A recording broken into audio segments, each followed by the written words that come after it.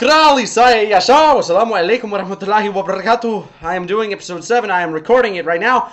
And I am very excited, very happy, and I'm looking forward. So, when it comes to episode 7 and stuff like that, you know, I'm going to mention it's about decolonization. So, the thing about decolonization in this world is that most decolonized nations end up becoming conservative nations, and they end up becoming monarchies a lot of the time. As, you know, and they also remain members of the Holy Alliance. So the alliance is completely fine with decolonization, and in fact, a lot of their empires openly break up. They're Christian brothers.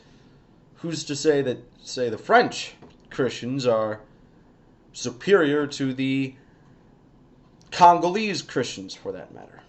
However, there are some ex-colonial states that are not part of the Holy Alliance. Israel, for example, is aligned with the United States and NATO, although many Israelis wish for a theocratic takeover of their nation and the installation of Solomonic law. So now let's talk a little bit more about some of the different nations, continents. So in Africa, 1957, Eritrea; 61, Libya; 66, Sudan, Tunisia, Morocco; 67, Ghana; 68, Guinea. 70s, the great wave of decolonization begins. 1970, Cameroon, Togo, Mali, Senegal, Madagascar, DRC, Somalia, Benin, Niger, Burkina Faso, Ivory Coast, Chad, Central African Republic, Congo, Gabon, Nigeria, and Mauritania. More and more African nations become newly independent. Asia, Jordan and Philippines in 1956, India and Pakistan, 57, Myanmar and Sri Lanka, 58, 63, Cambodia, Laos, and Vietnam, 67, Malaysia, 69, Singapore, 71, Syria, 73, Malaysia, 75, Maldives and Singapore, 77, etc. More and more nations. So a lot of newly independent nations are not very, well, most newly independent nations are, well, yeah. So now let's talk about 3 more controversial countries: Israel, Rhodesia, and South Africa. First of all, the latter two countries, Rhodesia and South Africa.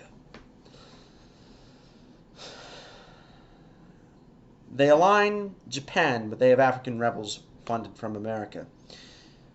Whilst Israel, they're a little more interesting. Israel in and of itself is a liberal Zionist nation, and Judaism is on its last legs. But that doesn't mean that every Jew, that doesn't necessarily mean that every Jew is oppressed. So there is a small group of ultra-Orthodox Jewish rabbis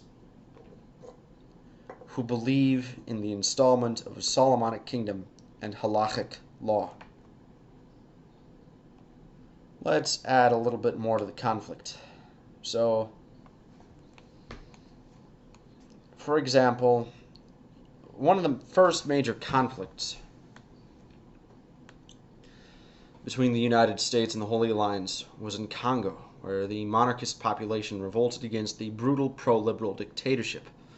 Conservatives took over the country in 1970, but they still had to fight against the liberals till 1972. In the 70s, the United States supported a liberal rebellion in Vietnam against the French colonial government, attaining victory but also attaining a rivalry from China, whose government established a buffer state in the north of Vietnam to protect their interests from the United States.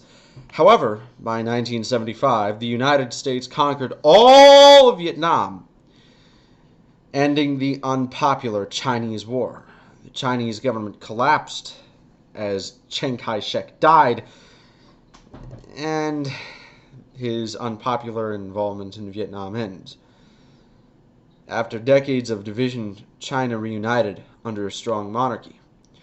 Russia perceived this recently reunited China as a new threat, and they demanded to take action, leading to them getting kicked out of the Holy Alliance. In 1975, the U.S. led a military coup against the government of Brazil, which they fought against in the Caribbean in order to install a liberal nation there. The world attacked liberalism at that time. Indonesia, for example, purged liberals who threatened their interests.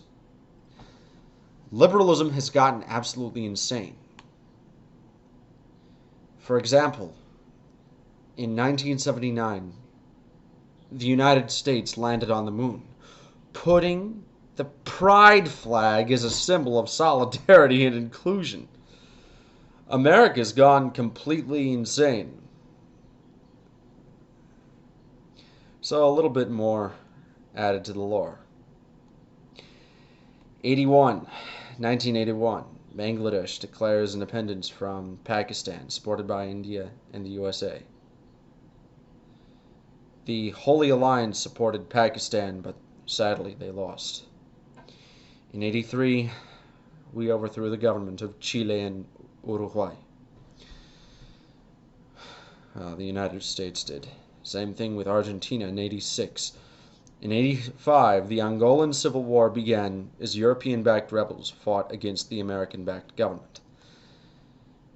In 1987, Ethiopia's brutal liberal dictator, Haile Mariam Selassie, who had overthrown the emperor, declared war on Somalia, which was supported by the Europeans. 1988, Ethiopia won the war, to the delight of America.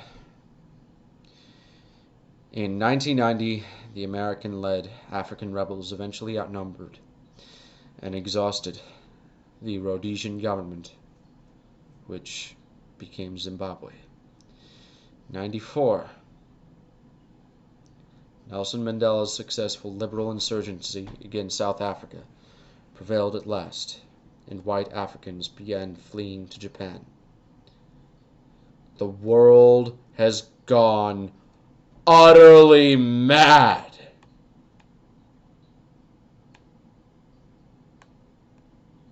Daesh. Well,